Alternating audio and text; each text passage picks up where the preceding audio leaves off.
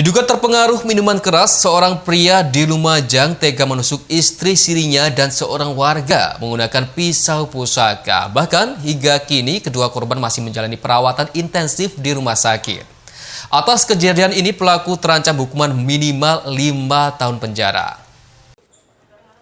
Inilah Baidowi bin Saher, pemuda 32 tahun warga Sumber Ajar, Kecamatan Rowo Kangkung, Lumajang, yang tega menusuk istri sendiri menggunakan pisau pusaka.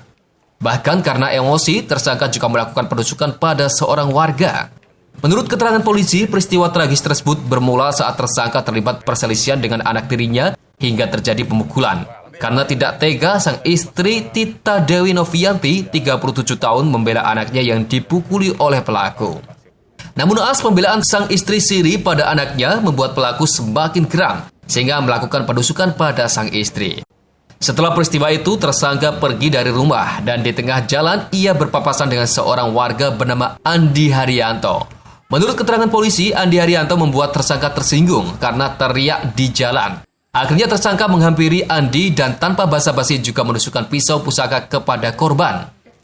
Atas peristiwa ini, polisi berhasil mengamankan barang bukti, pakaian korban dan pelaku yang bercak darah, pisau pusaka, hingga sepeda motor milik pelaku. Hingga kini kedua korban masih menjalani perawatan intensif di rumah sakit. Sang istri mengalami luka di punggung dan dada atas, sementara Andi mengalami luka di bahu sebelah kiri. Awalnya mendatangi istri-istrinya atas nama saudari Tita ini untuk menyelesaikan permasalahan anak daripada korban. Tapi karena tersangka ini emosi dan informasi masih berada dalam pengaruh alkohol, yang bersangkutan menusukkan pisau tadi kepada korban. Kemudian yang bersangkutan pergi menggunakan kendaraan motor Revo. Di tengah jalan ketemu dengan warga masyarakat yang kebetulan berpapasan atas nama saudara Andi Haryanto.